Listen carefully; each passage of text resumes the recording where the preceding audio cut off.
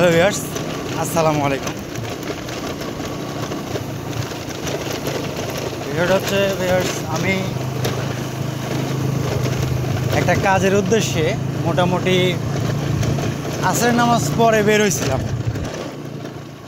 কিন্তু যে জায়গায় গেছিলাম যে সফলতা অর্জন করার জন্য, সেই সফলতাটুকু পাওয়া যায়নি। ভিউয়ার্স, আপনারা যে যাই মনে করেন যে এই কাজগুলা যতটা সহজ ততটা সহজ না। সহজ না এর জন্যই যে অনেক কষ্টের ব্যাপার আছে, অনেক সময়ের ব্যাপার আছে, অনেক ধৈর্যের ব্যাপার আছে। আমার যে সমস্যা হয়েছে ভিউয়ার্স, সেটা যদি ধৈর্য ধারণ না করতাম তাহলে কখনোই সম্ভব হতো না যে কিছু কি করব। যাই হোক ভিউয়ার্স, এগুলা কথা আমি হয়তো আপনাদের মাঝে যখন ফিরবো তখন বলতে পারবো। তো ভিউয়ার্স, আমি ওই জায়গা থেকে আসার সময় মোটামুটি আধা ঘন্টা কি 1 ঘন্টা যাবৎ আমার পিছু নিচ্ছে একটা জিনিস।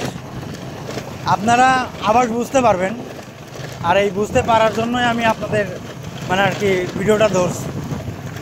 আপনারা এটা যদি লক্ষ্য করেন তাহলে বুঝতে পারবেন যে কখন কীভাবে বিপদগুলো হচ্ছে। আমার পিছিয়ে আমার ছোটো ভাই আছে, সে মোটামুটি অনেকটাই ভয় পাইছে যে এগুলা কি হচ্ছে বারবার।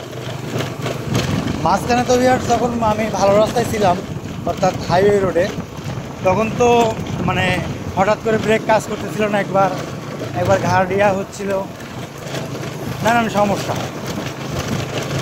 এই ক্যামেরা চালু করার আগে ভিউয়ার্স, আমার মাথার মধ্যে যে একটা বাড়ি মারছে, কি বলবো।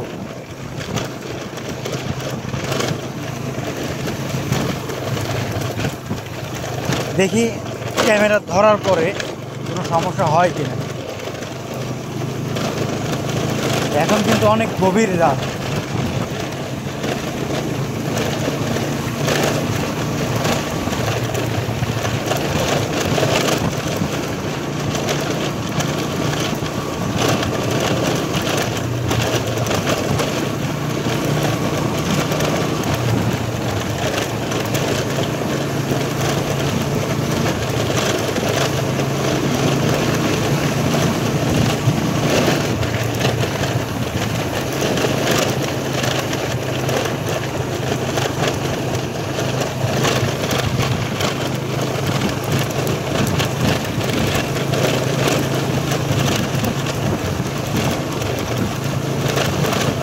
আর কিছু সমস্যা হচ্ছে না, তাই না ভাইয়া?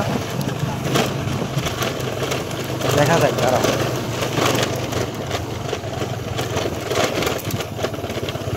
আসলে রাত বিরেত চলাফেরাটাই করা ঠিক না, যদিও তারপরে বিশেষ করে গভীর রাত। আর একটা কথা হচ্ছে, আমি আগুনের উপর খেয়ার দিয়েছি, তো এর জন্য আগুনটা আরও বেশি জ্বলতেছে, সমস্যাটা বেশি হচ্ছে।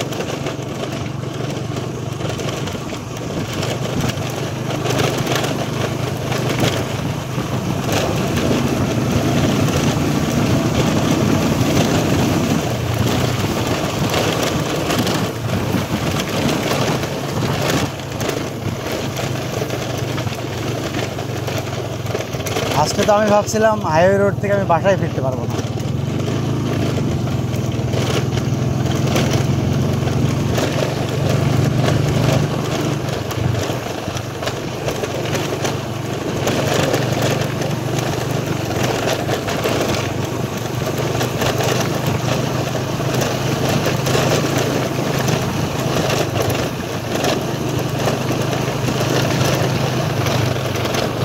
ভিউয়ার্স,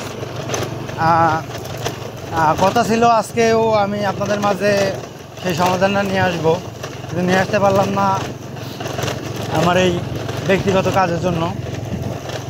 আগামীকাল ইনশাল্লাহ আর কোনো হবে না, আমি আপনাদের মাঝে আবার ব্যাক করবো ইনশাল্লাহ। আমার জন্য দোয়া করবেন। আর ভিউয়ার্স, যতটুকু সমস্যা হওয়ার কথা ছিল আমি দেখাতে পারলাম না, কারণ সমস্যা হচ্ছে না যদিও। তো বাসায় পৌঁছাই, ইনশাল্লাহ আমার জন্য দোয়া করবেন। সবাই ভালো থাকবেন, আপনাদের সময় নষ্ট করলাম।